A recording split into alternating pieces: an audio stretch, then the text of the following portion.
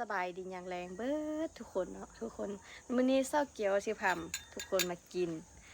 อันข้าวต้มหมูเนาะทุกคนเนาะมีใครเคยกินแน่ข้าวต้มหมูพี่น้องเมื่อวานนี้เศร้าเกี๊ยวเฮ็ดประมาณสัวสิแล้วเนาะเฮ็ดบดมือเลยทุกคนตั้งแต่เช้าจนฮอดค่ำเนาะทุกคนเนาะมีใครเคยกินแน่ข้าวต้มหมูทุกคน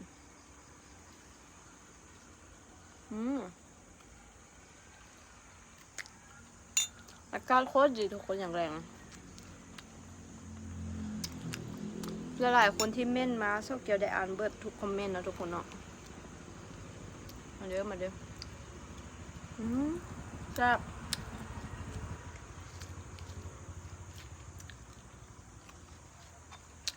ไม่ใครเคยกินนะทุกคนลองคอมเมนต์มาเบิ่งอาการอย่างไรโคตรสวยอาการโคตรดีแดกซองแต่พูดเหรอเนาะทุกคนเนาะบ่มีแดกหรอก